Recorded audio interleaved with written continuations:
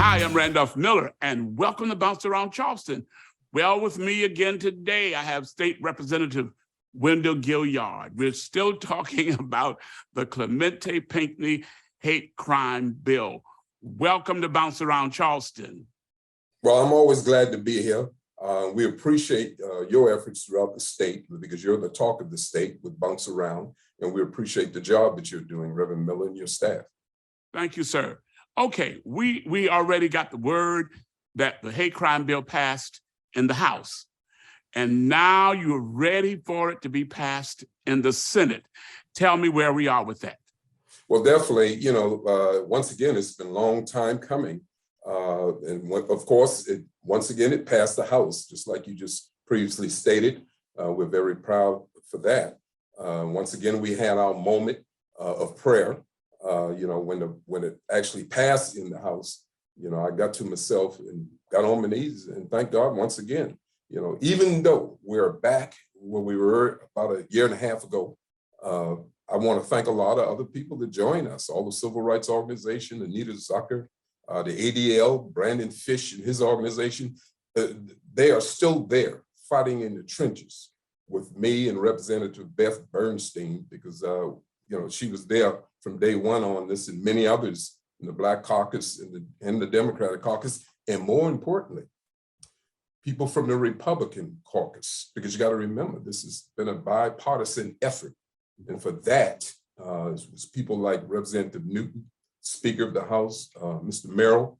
They need to be given their accolades to bringing the hate crime bill this far. And right, it's now out of the House, back in the Senate.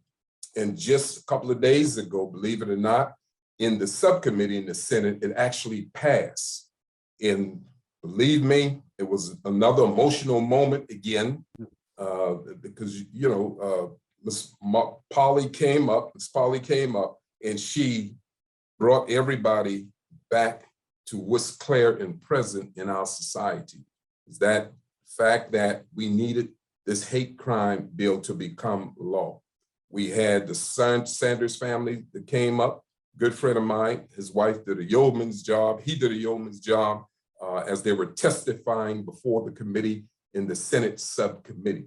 Well, needless to say, after other people, along with them, gave their testimony, it was very powerful, emotional, and I believe that's what got us far to this day because of their testimony. And yes, it passed the Senate subcommittee. That same day, Reverend Miller, it went on to the full Senate Judiciary Committee, and it actually passed. The numbers were 15-8, and now it will be heard on the floor in the full Senate. But as you well know, and this is what everybody needs to be informed of, that it only takes one senator to object, and then it can kill the whole effort. Thankfully, that has not happened. So, okay. So what can the public do to help push this and make sure that that does not happen? Call your senators, please, all 46 of them. Please, we urge them to call your state senators in all 46 counties, because, even though I might know one senator in one county and he might be my senator in another, he or she, always use your resources as to make things happen, because you have friends. People have friends in other counties, and they have power. I call it the people's power. So if you put in the phone calls, and I didn't say email, but the phone calls, this is so important. You can leave a message with their secretaries, their aides, to get back in touch with whomever and have them call you and have a personal conversation with these senators and ask them to pass the Clemente hate crime bill. I was just getting ready to ask you, when they call their senator, what should they say to them? Well, people call me day in and day out, and the first thing they would intro with is, look, do this for me. As we, the people, have helped you in office, we now want you to do this, and that is to vote for this bill to become an act, and we can show the world that we're moving forward in a sense. And I always tell people, you got to remember, having a hate crime law in this state would now give us the right to, number one, keep records. Right now, we don't keep records. There's no mandate to keep records out of all 46 counties. We don't know where the hot spots are, nor where the cold spots are. Because if you don't know these things, then you can't bring in resources to help eliminate hate crimes of all sorts. So it does that in a sense. And then even more importantly, now we're in a position to expedite the cases. And I always tell people to fact check me, because historically, the federal government has a backlog of hate crimes, and we can ill afford to let time be our enemy. You have to understand that. And then thirdly, Reverend Miller, when you have a hate crime law in your state, people are now more apt to come forward and report hate crimes.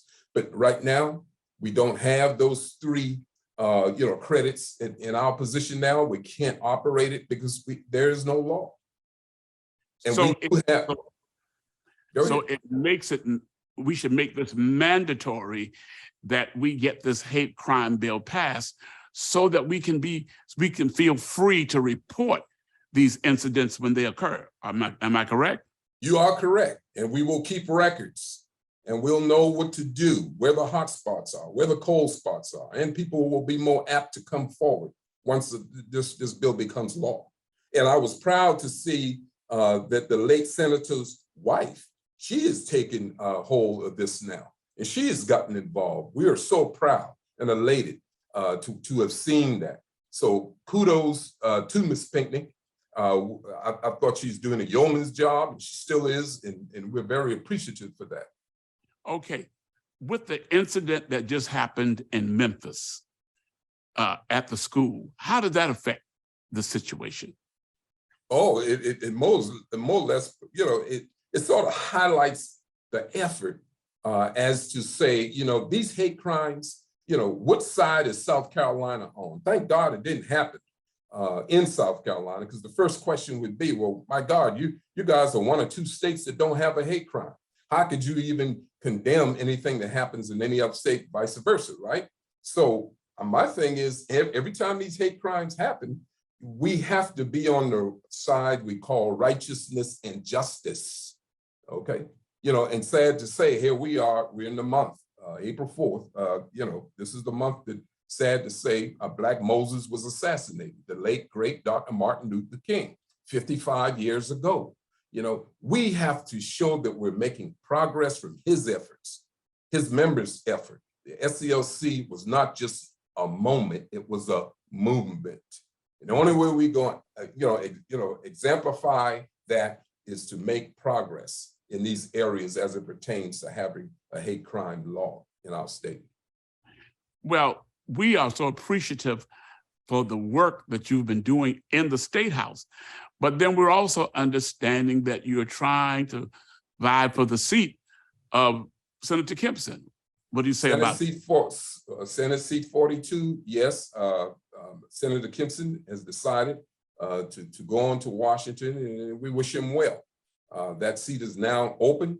Before the senator, Kempson even decided to run for the seat, people were urging me to fulfill that back then when Senator Forward actually left that seat. But nevertheless, I've prayed about it. I'll make sure that we meet all the criteria to qualify for that seat.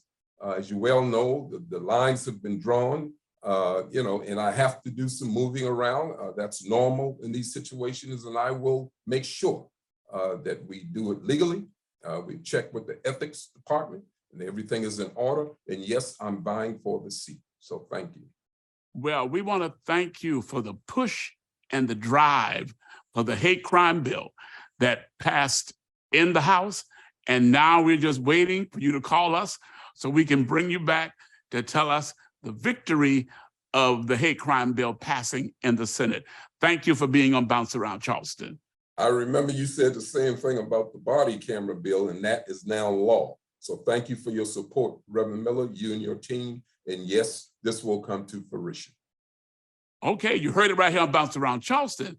State Representative Wendell Gilliard talking about the Clemente Pinckney hate crime bill. And all we're waiting for now is it to pass in the Senate. You heard it right here on Bounce Around Charleston.